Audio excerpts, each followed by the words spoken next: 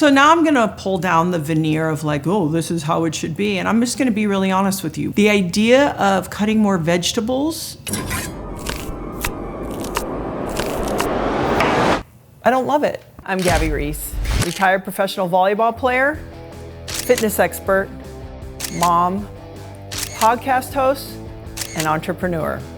This is what I eat in a day to maximize performance and maintain my physique.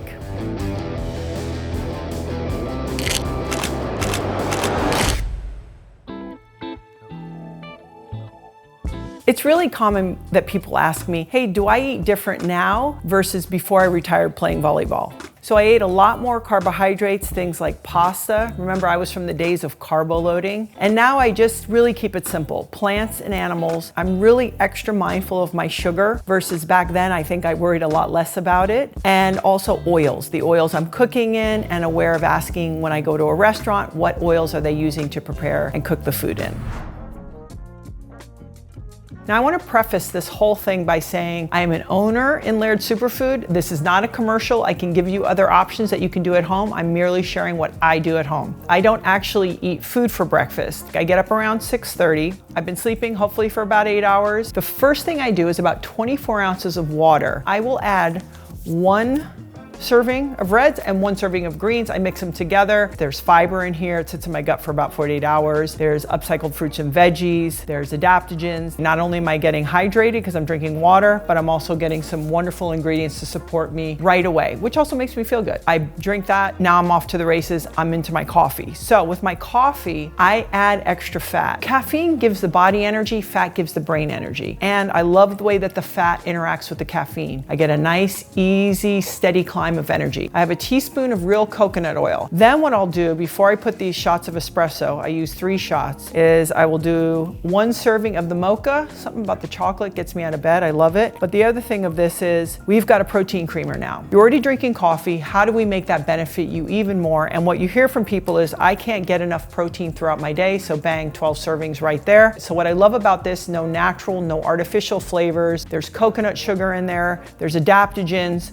So I've started my day. Now it's about 7:15. I sit at my counter with my husband. We visit for about 30 minutes to just kind of connect as the day starts, maybe do an overview of what the day or week looks like, check in with each other, check in, talk about our family. And then the next thing is training. I always try to top load my training because usually it's the first thing to get killed in my day when I run out of time. I get asked a lot if I meal prep or count calories or look at macros or micros. Here's how I look at it. If you're gonna do this all the time and be consistent, you have to make this as simple as possible. For me, typically, I don't meal prep because I know how to throw together a very quick and easy dinner. As far as calories, I'm more interested in types of food and calories versus a number. I know that if I'm eating real vegetables, high quality protein, if I'm not eating processed food, I tend not to overeat. And then with macro and micro, I think that stuff could drive you nuts. So I just tick off the buckets. Am I getting enough fiber and vegetables? Am I getting enough high quality protein, high quality fat? I don't know about you, but I really love lunch. I feel like it's a timeout in the middle of the day. I try not to eat in the car or at my desk. I try to actually just take a moment, even if it's 15 minutes, to sit and enjoy my food. So one of my favorite things is so easy to make for lunch, which is egg salad. It feels kind of comforting. It's easy to make, it's quick. Who doesn't love that? But also I can get that good fat, that good protein. I'm gonna do 2 eggs today. And you'll find that the better an egg is, the harder the shell is, which I like. It's sort of like if you're getting high quality protein, the meat is tougher and more gamey, and you also need less of it because there's more nutrients.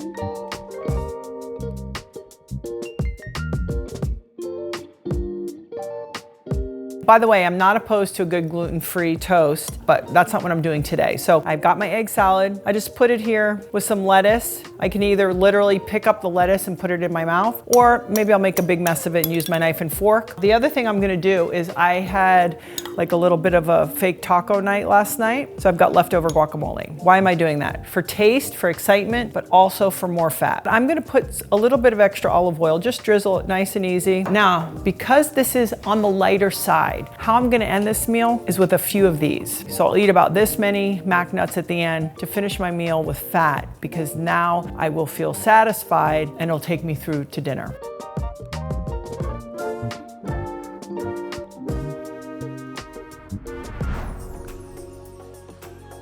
All right, let's talk about snacks.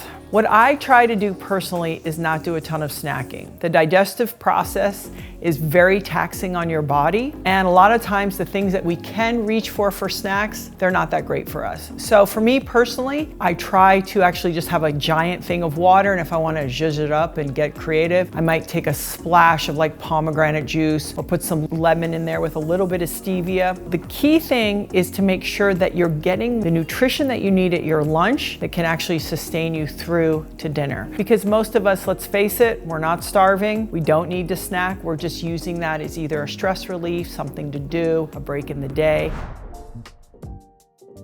The hardest part about maintaining the type of diet that I consume and my family consumes is just getting started. Once you get into the rhythm and you understand what meals work and how you can throw them together and the difference of, hey, when I eat really good versus I eat these other foods, that part starts to get easy. It's just getting started, getting enough tools in your toolkit and enough recipes that you can lean on to make it happen. And then once you get going, it gets so much easier because you actually don't crave the other things any longer. And then on the occasion that you have it, it never is as enjoyable as it was. The hardest part about maintaining this type of diet is either one, when you're traveling, you have to be a little strategic, and two, just getting out of that cycle of eating the foods that we're addicted to, that cause us to overeat, that really taste so good or they're so convenient, and finding ways that you can make it work for you and your family.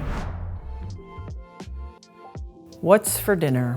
It's like the million-dollar question, right? First of all, what am I in the mood for? I joke, I'm the cook. It's like, hey, what do I want to eat? But also, how do I keep it interesting? What have I been making? What could be something different that I can bring into my house? When I'm looking at my plate, I focus on my fiber, my vegetables. So then what kind of high quality protein do I have access to that I can put on my plate that I enjoy eating? Let's not forget, this is meant to be enjoyable. Tonight, I'm gonna do turkey meatballs. I'm gonna be working with ground turkey.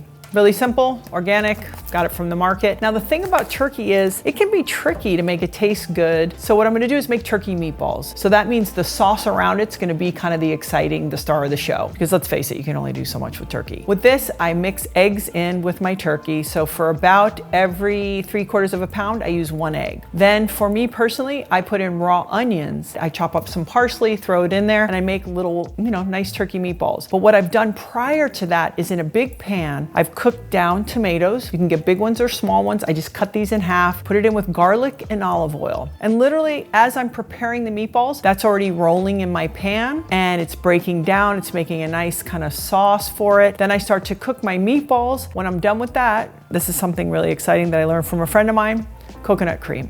I now put the coconut cream, curry powder, some paprika, a little salt, pepper, and I kind of let it finish cooking that way so you don't dry it all out by frying it in your olive oil. To couple with that, because we all love rice. I don't know, something about rice, like you put everything on rice, it takes the sauces. What I'm gonna personally do is do sweet potatoes. They're hearty, they're chewy, they're satisfying, but yet they are really harmonious with the turkey meatballs. I bought this on purpose just to show you how easy it is, because people, again, cutting, you sort of look at it and think about it and you go, I don't want to do that. Okay, pre-cut butternut squash. I oftentimes really buy the actual butternut, but I just want to remind you how easy it is. Okay, really basic salad. Butternut squash, I'll cut up some onions. They'll go together on a pan. Now, because you're already roasting your sweet potatoes in your oven's on, you're gonna do 2 for 1. You're gonna have your butternut squash, you're gonna have your red onions, drizzle it in some olive oil. You're gonna throw that in the oven until the onions get nice and crispy, the butternut squash is cooked. When it cools down, I throw it on just a nice spring mix. And if you want, you can top it with some pine nuts. I'll even sort of put the pine nuts on the oven, get them a little more smoky flavored. They taste great. If you want to get crazy, I add crumble a little feta cheese on there. It's so good. Gotta get that salty. And this is something that my whole family really enjoys. Okay, so our turkey meatballs are done. Curry and a nice coconut cream. It really does zhuzh up the turkey meat because I'm always trying to figure out how to make that interesting. Easy, sweet potatoes, satisfying, hearty, and then your salad. So you get some crisp from your pine nuts if that's the way you go. You get nice fat from your dressing and some warmth from your turkey meatballs. And then just a nice satisfying filling end with your sweet potatoes. Really simple, not hard to make, and you can repurpose your turkey meatballs for lunch. Okay, so that's it. That's what I eat in a day. I want to hear from you. If you'd like to get more performance tips on health, well-being, moving, please like and subscribe, and also share what you're doing at your house.